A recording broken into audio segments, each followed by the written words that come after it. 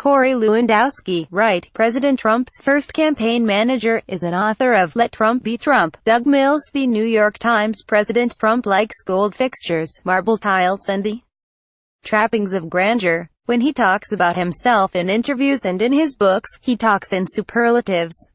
He has billed himself as masterful negotiator. He has described himself as having the world's best memory. He almost never apologizes, and he rarely admits to having flaws. Over the years, his advisors and aides have worked to maintain the image Mr. Trump has spent a lifetime cultivating, a particular challenge during a presidential race, when candidates' flaws are exposed. But few candidates try to keep such an iron grip on their image as Mr. Trump did in 2016, driving his aides to do battle with reporters over seemingly minor details. So it is striking that Let Trump Be Trump, a new book by two former campaign aides, paints a portrait of Mr. Trump that shows him as he is, at least partly, as opposed to how he would like to be seen. The book is by Corey Lewandowski, Mr. Trump's first campaign manager, and David Bossie, the head of the group Citizens United and the deputy campaign manager during the final months of the 2016 presidential race. It is a combination of over-the-top praise for their candidate, nostalgic remembrances of glory days, and rewarding aides they liked, and score settling with their enemies, particularly Paul Manafort, whose arrival in the campaign started the countdown clock on Mr. Lewandowski's dismissal. In other words, a fairly typical campaign memoir, albeit with some new ways of praising the winner. Like Midas, he's turned everything he's touched into gold, they wrote of Mr. Trump.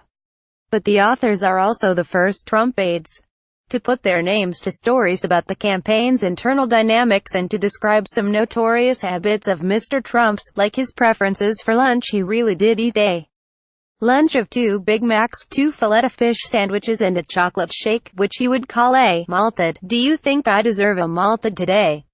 I think I deserve one, Mr. Trump would say after a hard-charging day of appearances. He flipped incessantly through cable news, monitoring his coverage. The snacks aboard his private plane included Oreos and chips. He ordered people who sneezed to sit away from him.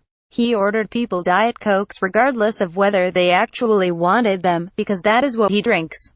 He spoke in non sequiturs that did not always make sense to the people on the other end of the conversation. Corey sat there with a half-smile on his face, not knowing quite how to respond. The authors wrote about Mr. Lewandowski's first job interview with Mr. Trump. As the candidate ticked off his fleet of planes and helicopters, Corey would come to find in the months and years that followed that Donald Trump's mind works differently than most, they wrote.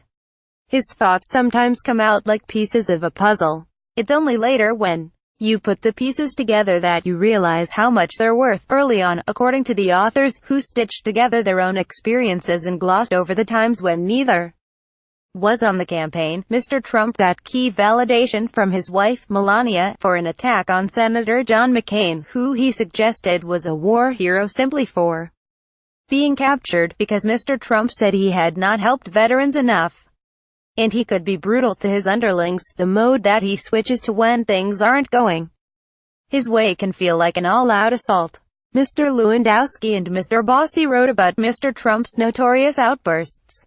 Those moments pass quickly, they wrote, but can be disorienting. Being the target of his wrath can make for a pretty jarring experience.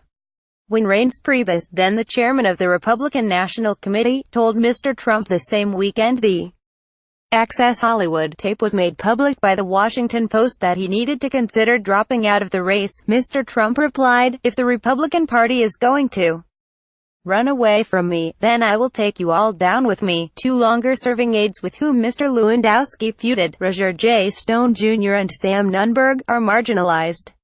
While many have given Mr. Stone, Mr. Trump's longest-serving advisor, the credit for bringing women who had accused Bill Clinton of UAL misconduct to the second debate, a stunt that clearly rattled Hillary Clinton, the authors attributed the idea to Stephen K. Bannon, who was by then the campaign chief executive. Other former colleagues came in for warmer treatment, particularly Mr.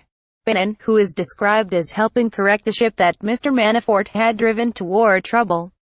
Kellyanne Conway was shown repeatedly trying to make Mr. Trump understand how his words could be offensive to women, particularly talking about the weight of Alicia Machado, the Miss Universe pageant entrant who became a flashpoint at the end of the campaign. Then, there are aspects of Mr. Trump that will wholly unfamiliar to most people who have worked with him. In one passage, the authors wrote that Mr. Trump, whose advisors always privately say he does not read books, loves Memory, Dreams, Reflections, by Carl Jung, the Swiss psychoanalyst.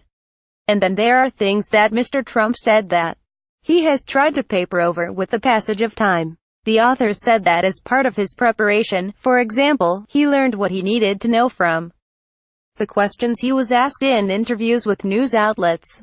And when he hired Mr. Lewandowski, who was recommended to him at the beginning of the campaign, Mr. Trump described his chances of winning as 10%. In another passage, right after winning, the authors described Mr. Trump marveling that he got into the race essentially to have some fun. Neither anecdote is consistent with Mr. Trump's insistence that he always knew he was going to win.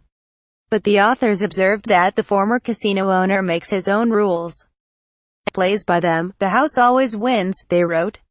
A version of this article appears in print on December 12, 2017, on page A17 of the New York edition with the headline showing Trump, at least partly, as he is.